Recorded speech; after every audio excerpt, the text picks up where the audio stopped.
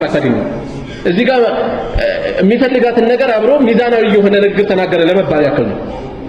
ይሄኛውን አወገዘ። በሌላኛው በኩል ደግሞ ረቢዑል አወል ነብዩ ሰለላሁ ዐለይሂ ወሰለም የተወለዱበት ወር ስለሆነ ምንም ታሪካቸው አይወሳ ደግሞ መባል የለበትም። ትልቅ ክስተት እንዳልተከሰተበት መሆን የለበትም። ቃል በቃል አይደለም በጠቅሰው ጭብጡን ነው ማነሳው።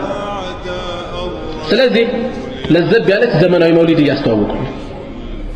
ቅልብጭ አለች የተከሸነች መውሊድ በዚህ መልኩ እያስተዋወቁ ነው። ነብዩ ሰለላሁ ዐለይሂ ወሰለም ማን አታውሱ ያላቸው ረቢዕ መጠበቅ ምን አስፈለገ? በሌላ ጊዜ መፈጸም አይችልም።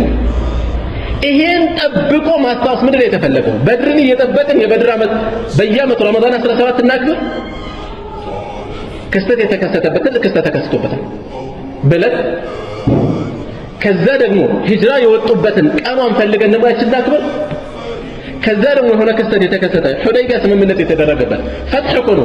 ቁርአን ላይ ፈትህ የተባለው እንደውም የሁደይቢያ ስምምነት ነው ይላሉ አሊሞች። እሱን ደግሞ እናክብረው። ስንቱን ነው የምናከብረው እንደዚህ እያደረግን? አይ በዚክር በምናምን ሽርኩ ማለታቸው ሽርኩ አይሁን ችግር የለም። ቢድዓ ማለት እኮ በሽርክ ብቻ አይደለም። የተለያየ መልክ፣ የተለያየ ገጽታ፣ የተለያየ ሁኔታ አለው። ይሄ እርምት የሚፈልግ ነገር ነው። እርግጥ ነው ጥፋቱን ሽርክ እስከ መፈጸም የሚደርሰው ጋር እኩል አናደርግም። ከዛ ውጭ ግን ከቢድዓነት አያውጣው። እንዲሁ አጋጣሚ ተነስቶ አስታወሰ ረቢዑል አወል ላይ ቢድዓ ነው አንልም። ሆነ ብሎ ጠብቆ ፈልጎ እችን ወር እየፈለገ በየዓመቱ ማድረግ ምንድነው? እሳቸው የተወለዱበት ስለሆነ እሳቸው እኮ የተወለዱበት ስለሆነ ሰኞን በጾም እንደሚያሳልፉት ነግረውናል። ይሄን አድርግ መረጃ በመጣበት ላይ መረጃ ባልመጣበት ላይ ደግሞ ቆም። እነሱን የበቃቸው ይብቃል፣ ሰለፎቹን የበቃቸው ይብቃል። ቁርአን ያልበቃው ሐዲስ ቃል በቃል አይደለም በጠቅሰው ጭብጡን ነው ማነሳው።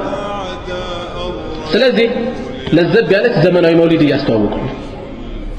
ቅልብጭ አለች የተከሸነች መውሊድ በዚህ መልኩ እያስተዋወቁ ነው። ነብዩ ሰለላሁ ዐለይሂ ወሰለም ማን አታውሱ ያላቸው ረቢዕ መጠበቅ ምን አስፈለገ? በሌላ ጊዜ መፈጸም አይችልም።